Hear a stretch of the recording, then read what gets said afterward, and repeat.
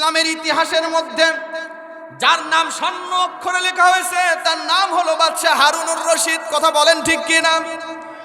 এই বাদশাহ হারুনুর রশিদের সময় একজন পাগল ছিল, নাম ছিল তার বাহলুল।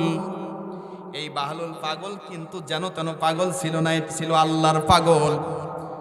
আল্লাহর সাথে তার এমন সম্পর্ক ছিল, এমন ভাব টাপ ছিল, আল্লাহ তাআলার কাছে যদি বাহলুল কিছু চাইতো তাহলে আল্লাহ রব্বুল আলামিন না দিয়ে পারতেন না। তো বাহলুল একদিন সাগরের পারে বসে মাটি দিয়ে ঘর বানাইতেছে, ঘর তৈরি করতেছে। ওই সময় বাদশাহ হারুনুর রশিদ, স্ত্রীর নাম হলো বিবি জুবাইদা, বুদ্ধিমতী মহিলা, অত্যন্ত আবেদা সলেহা মহিলা, স্ত্রীকে নিয়ে সাগরের পারে হাঁটতেছেন। হঠাৎ করে দেখে বাহলুল বসে বসে বালি দিয়ে ঘর বানায়। বাদশাহ হারুনুর রশিদ ডাক দিয়ে কয়, ও বাহলুল কি করো? এইবার বাহলুল বলে, আমি জান্নাতের ঘর বানাই। কয়, জান্নাতের ঘর বানায়া তুমি কি করবা? বলে, জান্নাতের ঘর বানায়া এইটা আমি বিক্রি করব, তুমি কিনবা নাকি? কথা কি বুঝতে পারছেন? বাহলুল বলতেছে, ও বাদশাহ, আমি জান্নাতের ঘর বানাই, এইটা বানায় আমি বিক্রি করব, তুমি কিনবা নাকি? বাদশাহ বলে, পাগলের খায়া দেয় কাম নাই, ও নাকি জান্নাতের ঘর বানায়, এটা আবার কেমন কথা? কিন্তু বিবি জুবাইদা বুদ্ধিমতী মহিলা বলল, বাহলুল রে, তোর ওই জান্নাতের ঘরের দাম কত? বাহলুল বলে, আমার এই ঘরের দাম হলো 1 আনা। জোরে কোন সুবহানাল্লাহ। বলে, তুমি যদি 1 আনা দাও তাহলে এই ঘরের মালিক তুমি হয়ে যাইবা। বিবি জুবাইদা বলে, বাদশা নামদার, আমাকে 1 আনা দেন, আমি বাহলুলের কাছ থেকে এই ঘরটা কিনতে চাই। এই কথা বলার সঙ্গে সঙ্গে বাদশা বলে, খেয়ে দে কাম পাও নাই, পাগলে যা বলে ছাগলে তাই খায়, তুমি তো দেখি তাই হয়ে গেছো। আচ্ছা ঠিক আছে, নিবা নাও, এই যে নাও 1 আনা। এইবার বিবি জুবাইদা 1 আনা যখন বাহলুলকে দিয়েছে, বাহলুল বলে, জুবাইদা রে, তুমি জান্নাতের একটা ঘরের মালিক হয়ে গেছো। এবার যখন সাগর পার থেকে ঘুরে চলে আসছেন, বাদশা ঘুমায় গেছেন, স্বপ্নের মধ্যে দেখতেছে কিয়ামত কায়েম হয়ে গেছে। ফেরেশতারা এসে বাদশাকে ডাক দিয়ে, যেহেতু বাদশা ইমানদার বাদশা ছিল, মুসলমান বাদশা ছিল, মুসলিম মিল্লাতের একজন খলিফা ছিল, তাকে ধরে নিয়ে জান্নাতের মধ্যে চলে গেছে। যাওয়ার পরে দেখে সুন্দর একটা মণি মুক্তা খচিত সুন্দর একটা ঘর দেখা যায়, সুন্দর একটা বিল্ডিং দেখা যায়। বাদশা কয়, এই বিল্ডিংটা কার? বলে, এই বিল্ডিংটা হলো তোমার স্ত্রীর। গতকাল বাহলুল ফকিরের কাছ থেকে তোমার স্ত্রী এই বিল্ডিংটা ক্রয় করেছে। জোরে কোন সুবহানাল্লাহ। বাদশার ঘুম ভেঙে গেছে, সর্বনাশ, কি দেখলাম? আহারে, বাহলুলের কাছ থেকে 1 আনা দিয়ে আমার স্ত্রী জান্নাত কিনে ফেলছে, এটা তো চমৎকার হয়ে গেল। এই জান্নাতের মধ্যে বালাখানা বিল্ডিং আমি কেমন করে করতে পারি? পাগল হয়ে গেছে বাদশা। পরের দিন বিবিকে বলতেছে, চলো আবার সাগর পারে যাই। সাগর পারে যাওয়ার পরে দেখে বাদশা ওই দিনও আবার একটা ঘর বানাইতেছে। বাদশা ডাক দিয়ে কয়, বাহলুল রে, আজকে তুই আবার কি বানাস? কয়, আজকেও জান্নাতের ঘর বানাই বিক্রি করার জন্য। কয়, আজকে তোর ঘরের দাম কত? আমি একটা ঘর কিনতে চাই। এইবার বাহলুল ফকির ডাক দিয়ে কয়, বাদশাহ, আজকের ঘর যদি কিনতে চাও বেচবো, সমস্যা নাই, কিন্তু আজকের এই ঘরের দাম হলো বাগদাদের রাজ্যের অর্ধেক রাজ্য। যদি তুমি আমার নামে লিখে দাও তাহলে আমি এই ঘরটা তোমার কাছে বেচে দিব। জোরে কোন সুবহানাল্লাহ। বাহলুল কয়, কালকে ছিল বাদশা কয়, কালকে ছিল 1 আনা, আজকে হলো বাগদাদের অর্ধেক রাজত্ব। পাগল টাগল হইছো নাকি? গাঁজাখোর নাকি? কয়, বাদশা রে, গতকালকে তুই দেখিস নাই? না দেখে বিশ্বাস করে যদি 1 আনা দিয়ে কিনতি, আল্লাহ তাআলা 1 আনার বিনিময়ে তোরে জান্নাত দিত। আজকে যে স্বপ্নে দেখছিস, এই জন্য জানাশোনা বিষয় যদি কিনতে চাও তাহলে অবশ্যই সম্পদ লাগবে বেশি।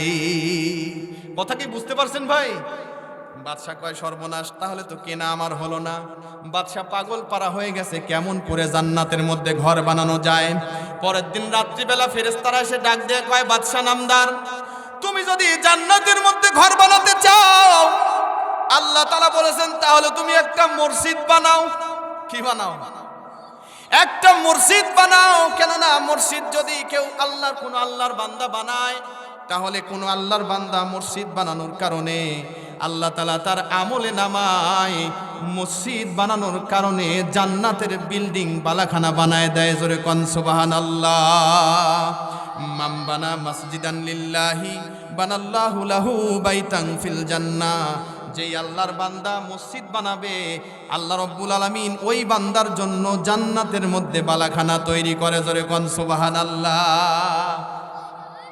বাদশা হারুনুর রশিদ সকালবেলা ঘুম থেকে উঠে দরবারে বসেই ঘোষণা দিয়ে দিল, ও আমার রাজ্যের লোকেরা, তোমরা কান খুলে শোনো, আমি একটা মসজিদ বানাবো। এই মসজিদের মধ্যে তোমাদের যে যা যাই পারো সহযোগিতা করবে, অসুবিধা নাই, সবাই সহযোগিতা করতে পারবে। আমি সবার সহযোগিতা সহকারে নিয়ে আমি একটা বালাখানা মসজিদ বানাবো, একটা বড় সড়ো মসজিদ বানাবো। তখন ওই বাদশাহ হারুনুর রশিদের এলাকার সবাই যা পারে যাই হোক কিছু কিছু করে দিলেন। বাদশাহ মসজিদের কাজ শুরু করে দিয়েছে। ওই এলাকার একজন ফকিন্নি, একটা দুর্বল অসহায় মহিলা, এই কথা বলা যাবে না, 1 পয়সা 2 পয়সা করে টাকা গোছায়া গোছায়া একটা টাকা বানাইছে, একটা দেরহাম গোছাইছে। ওই একটা দেরহাম নিয়া এইবার বাদশার সামনে গিয়া বলে, বাদশাহ, আমি গরিব মানুষ, একজন অসহায় মানুষ, আমার স্বামী নাই, বাবা নাই, মা নাই, ভাই নাই, নিঃস্ব মানুষ, আমি একটা টাকা গোছাইছি, আপনার মসজিদের জন্য দান করতে চাই। বাদশাহ তো রেগে গেছেন, কিরে 1 টাকা দিয়ে আমার আসছিস আমার মসজিদে দেওয়ার জন্য? তুই তো পেটে ভাত পাস না, চলে যায়, 1 টাকা তুই খরচ করে খাস, তোর 1 টাকা আমার মসজিদে দরকার নাই। আহারে, বৃদ্ধ মহিলার মনে কষ্ট পেয়ে গেছে, হেঁটে যায় আর চিন্তা করে, বাদশার অনেক টাকা, মসজিদ বানাইলো, অনেকের অনেক কিছু আছে দিয়ে মসজিদের অংশীদার হলো, কিন্তু আমি বুড়ি, আমার তো টাকা নাই, সম্পদ নাই, পয়সা নাই, 1টা টাকা কষ্ট করে গোছাইছিলাম, দিলে তামান্না আল্লাহর ঘর মসজিদে দান করে মসজিদের মধ্যে বালাখানা আল্লাহর কাছ থেকে চেয়ে নিব। বাদশা তো তা নিল না, আমার তো আর মসজিদ হলো না, জান্নাতে বালাখানা তৈরি হলো না। রাত্রিবেলা কে জানি স্বপ্নে এসে কয়, মসজিদ বুড়ি রে, তুই যে 1 টাকা গোছাইছিস, সেই 1 টাকা দিয়ে বাজার থেকে তুই কিছু রং কিনে নিয়ে আয়, খরিদ করে নিয়ে আয়। ওই যে বাদশাহ হারুনুর রশিদ যেই মসজিদ বানাইছে, ওই মসজিদের মধ্যে তুই রংটা লাগিয়ে দে। জোরে কোন সুবহানাল্লাহ। বুড়ির ঘুম ভেঙে গেছে। বুড়ি ঘুম থেকে উঠে, লম্বা চড়া ঘটনা সংক্ষেপ করতেছি, 1 পা 2 পা করে চলে গেছে বাজারে, রং কিনে নিয়ে এসে রাতের অন্ধকারে, গভীর অন্ধকারে চলে গেছে। বাদশাহ হারুনুর রশিদের মসজিদের মধ্যে গিয়ে রংটা লাগায় দিছে। জোরে কোন সুবহানাল্লাহ। এই রংটা লাগায় দিছে। ওই দিন রাত্রিবেলা বাদশাহ ঘুমায় গেছে, স্বপ্ন যোগে দেখে হাসরের মাঠ কায়েম হয়ে গেছে, জান্নাতের মধ্যে বাদশাহ চলে গেছে। ফেরেশতারা ডাক দিয়ে কয়, বাদশাহ নামদার, এটা হলো আপনার জান্নাত, মসজিদ নির্মাণ করার জন্য আল্লাহ তাআলা আপনাকে এটা দান করেছে। সেম সেম আরেকটা জান্নাতের বিল্ডিং পাশেই দেখা যায়। বাদশাহ হারুনুর রশিদ বলেন, এই বিল্ডিংটাও বুঝি আমার? বলে, না বাদশাহ নামদার, এই বিল্ডিংটা আপনার নয়, এই বিল্ডিংটা হলো আপনার রাজ্যের অমুক একজন বৃদ্ধা মহিলা আছে, সেই মহিলার জন্য আল্লাহ বানাইছে। জোরে কোন সুবহানাল্লাহ। বলে, কি ব্যাপার, কেমন করে সম্ভব? ফেরেশতারা বলেন, আপনি তার 1টা টাকা ফেরত দিয়েছেন, কিন্তু সে ওই 1 টাকার রং কিনে নিয়ে এসে আপনার মসজিদের মধ্যে লাগায় দিয়েছে। এই কারণে আল্লাহ তাআলা তারে ভালোবেসে তার জন্য জান্নাত বানায় দিয়েছে। জোরে কোন সুবহানাল্লাহ। বাদশাহ হারুনুর রশিদ ঘুম থেকে ওঠার পরে তার লোকদেরকে বলল, ওই বুড়িকে ধরে নিয়ে আসো। বাদশার লোকজন বুড়ির কাছে চলে গেছে। বুড়ি থরথর করে কাঁপতেছে, সর্বনাশ, আমি যে মসজিদের মধ্যে রং লাগাইছি, এই কারণে মনে হয় বাদশাহ এবার আমাকে নিয়ে যায় শুলেতে চড়াবে, ফাঁসি দিয়ে মারবে। বুড়ি ভয় পেয়ে কাঁপতেছেন, কিন্তু বাদশাহ লোকদেরকে বলে দিয়েছেন, বেয়াদবি করবি না, কোনো কষ্ট দিবি না, ওই বুড়ি সাধারণ বুড়ি নয়, ও হলো জান্নাতের মেহমান। জোরে কোন সুবহানাল্লাহ। লোকজন যায় আদর করে আপ্যায়ন করে বাদশার সামনে নিয়ে আসছে। বুড়ি কাঁদতে কাঁদতে বলে, বাদশাহ, আমি ভুল করেছি, অন্যায় করেছি, আমাকে মাফ করে দাও। 1টা টাকা তুমি না নেওয়ার কারণে আমি ওই টাকার রং নিয়ে এসে তোমার মসজিদের মধ্যে লাগাইছি, বড় অন্যায় করেছি, মাফ করে দাও। বাদশাহ বুড়ির কাছে নিয়ে পা চেপে ধরে চুমা খেয়ে বলে, বুড়ি রে, তুমি তো 1 টাকার রং মসজিদে লাগাই দিয়ে ভুল করো নাই। আমি এত বড় মসজিদ বানাইয়া যেই জান্নাত পেয়েছি, তুমি 1 টাকার রং মাখিয়ে দেওয়ার কারণে এর ঠিক হুবাহুব ওই রকম জান্নাত আল্লাহ তাআলা তোমারে দান করেছে। জোরে কোন সুবহানাল্লাহ। উতলু মা উহিয়া ইলাইকা মিনাল কিতাব ওয়া আকিমিস সালাত। আল্লাহ রাব্বুল আলামিন বলেন, নবী হে, ও আমার নবী, আপনি তেলাওয়াত করেন সেই কিতাব, যেই কিতাবকে আমি আল্লাহ তাআলা আপনার উপরে নাজিল করে দিয়েছি। এই কিতাব যদি আপনি তেলাওয়াত করেন, তাহলে আপনার জাতির লোকেরা, আপনার উম্মতরা দলে দলে কাতারে কাতারে ঈমান এনে কলেমা পড়ে আপনার বন্ধু হয়ে যাবে। আল্লাহ নবী তাই করলেন। কোরআন থেকে আলোচনা শুরু করে দিলেন। আল্লাহ তাআলা চমৎকার করে বলেন, কোরআন আমার বাণী, আমরা কেহ মানি কিংবা নাহি মানি। আল্লাহ পাক বলেন, যে মানবে আমার কোরআন খানি, সমাজে তার থাকবে না কোনো গ্লানি। জাহান্নামের আগুনকে আমি আল্লাহ পাক ওই সমস্ত মান্যওয়ালা বান্দাদের জন্য কিয়ামতের ময়দানে করে দিব একেবারে পানি পানি। কথাটা ছন্দের আকারে বললাম।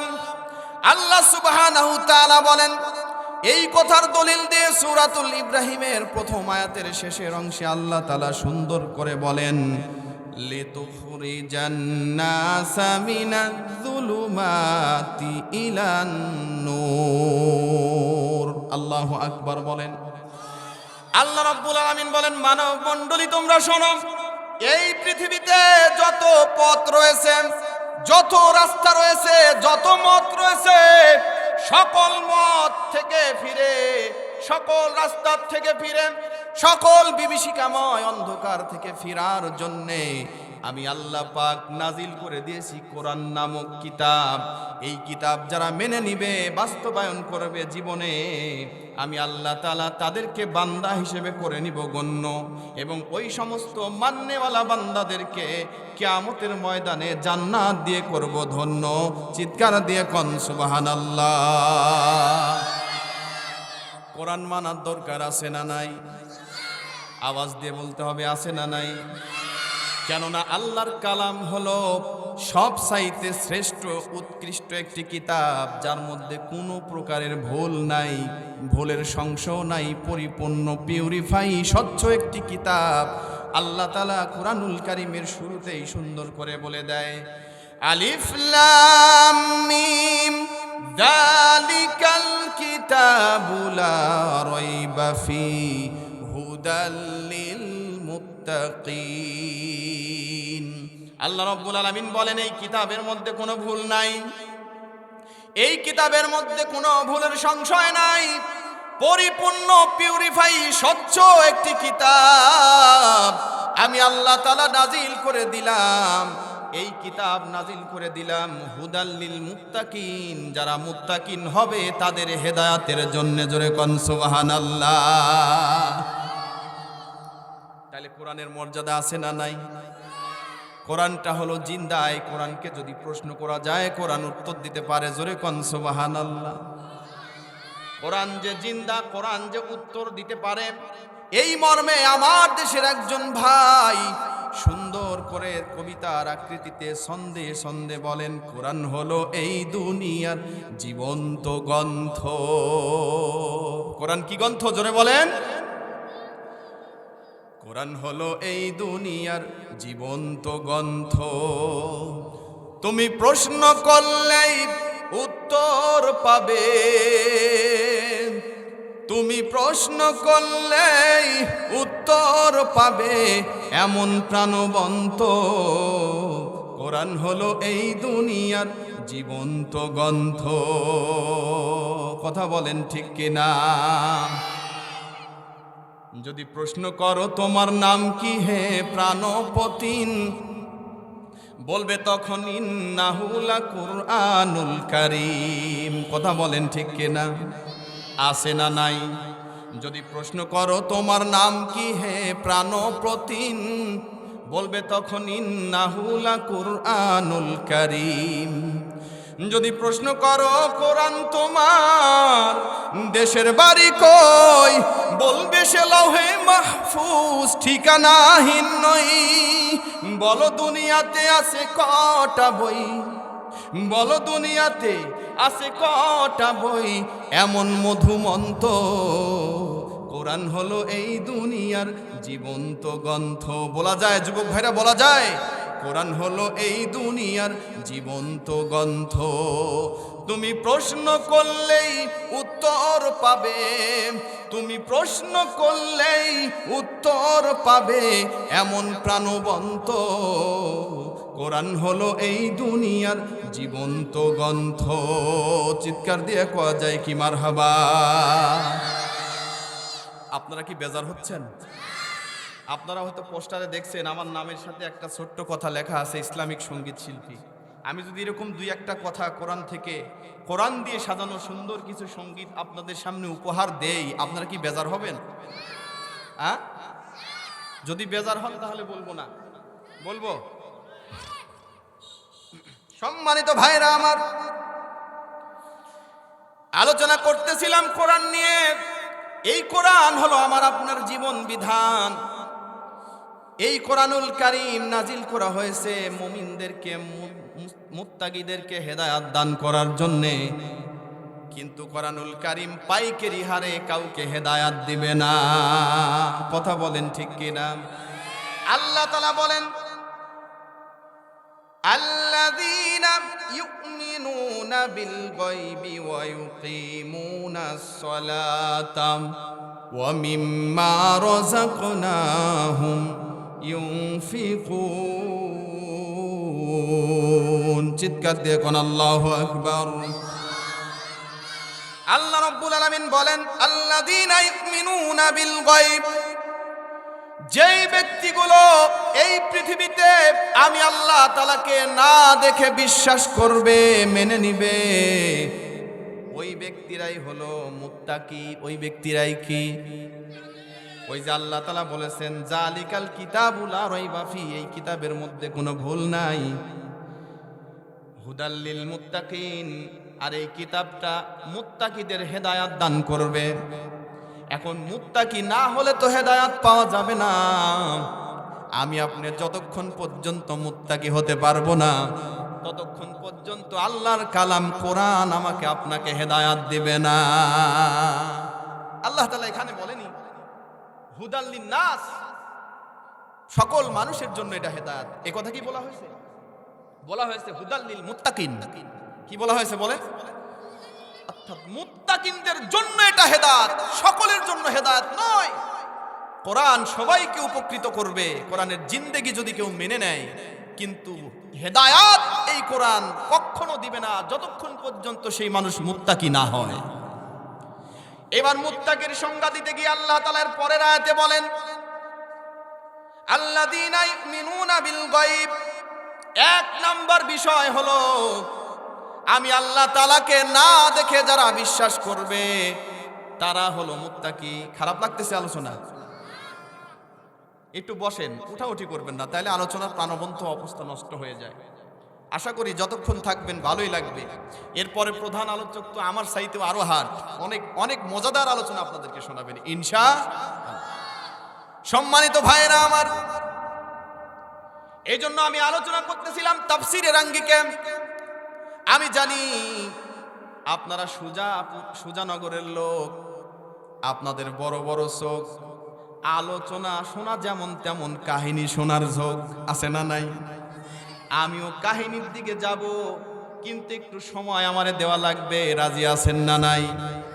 যেহেতু তাফসীরুল কোরআন মাহফিল, কোরআনের মাহফিল, এখানে কোরআন সম্পর্কে কিছু গুরুত্বপূর্ণ কথা, কোরআনটাকে বুঝে নেওয়া এটা দরকার আছে না নাই? আওয়াজ করে কোন বাবারে, আমি এমন করে আপনাদের সামনে কোরআনের পরিচয়টা তুলে ধরতে চাই। আমার স্বভাব সুলভ আচরণ থেকে আমি যেখানেই যাই সর্বপ্রথমে কোরআনের পরিচয়টা মুসলিম মিল্লাতের সামনে তুলে ধরি। কেননা এই কোরআনটাকে না বুঝার কারণে আজকে একজন বাটপার ভণ্ড 150 টাকা দিয়ে কোরআনের এক কপি কিনে নিয়ে বুকের মধ্যে ধরে আর চুমু খায় আর বলে, ও কোরআন আই লাভ ইউ, তোমারে আমি ভালোবাসি। অথচ জিন্দা কোরআন তার ঘরের দরজায় এসে কোরআন নিয়ে টক্কা দিয়ে বলে, ও চাচা মাদ্রাসার জন্য কিছু দেওয়া লাগবে। জিন্দা কোরআনের মুখের উপরে দরজা লাগায় দেয়, ঘরের মধ্যে যে মুর্দা কোরআনকে বুকে ধরে বলে, কোরআন আই লাভ ইউ আছে না নাই? এই কোরআন তো মুর্দা। আচ্ছা বলেন তো, বই, কাগজ, খাতা, কলম, টেবিল এইগুলা কি? জীব না জ্বর? এই যারা লেখাপড়া করছেন যুবক ভাইরা, জীব না জ্বর? এর কোনো জীবন আছে? কিন্তু একটু আগেই বললাম কোরআন হলো জিন্দা। এই কথাটা কেন বললাম? কারণ হলো এই কোরআন নাজিল হয়েছে যেই সময়, ওই সময় কিন্তু এই ছাপাখানা ছিল না, এমন করে কোরআন তৈরিও হয়েছিল না। জিবরাইল আমিন গারে হেরায় নবীজির কাছে আয়াত নিয়ে আগমন করে সুন্দর করে বললেন, ইকরা বিসমি রব্বিকাল্লাযী খলাক। নবীজি জিবরাইলের কাছ থেকে শুনলেন, এটা তার কলিজার মধ্যে জমা হয়ে গেল। এবার বলেন তো, নবীজি যখন কোরআনটা বুকের মধ্যে নিলেন, তখন নবীজির পুরা শরীরটা কোরআন হয়ে গেছে কিনা? বর্তমানে আপনাদের গ্রামের এই মসজিদের ইমাম সহ, মাদ্রাসার ইমাম সহ, আমার মাদ্রাসার হাফেজ সাহেব আপনাদের গ্রামের কৃতি সন্তান, আপনারা সবাই তাকে চিনেন। এই যে মুজাদ্দিদ ভাই, আপনারা চিনেন কি চিনেন না? হযরত হাফেজ মুজাদ্দিদ, তিনি আমাদের মাদ্রাসার হেফজখানার হাফেজ সাহেব। আমার সন্তানটাও তার কাছে কোরআনুল কারীম হেফজ করে। দোয়া করবেন তার জন্য, আল্লাহ তাআলা হায়াতের মধ্যে বারাকা দান করেন। টাইম স্পেশাল রাত্র হলো মুসলিম মিল্লাতের জন্য ঈদুল আজহার রাত।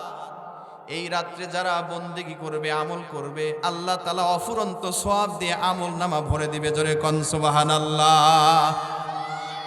5 নাম্বার হলো স্পেশাল রাত।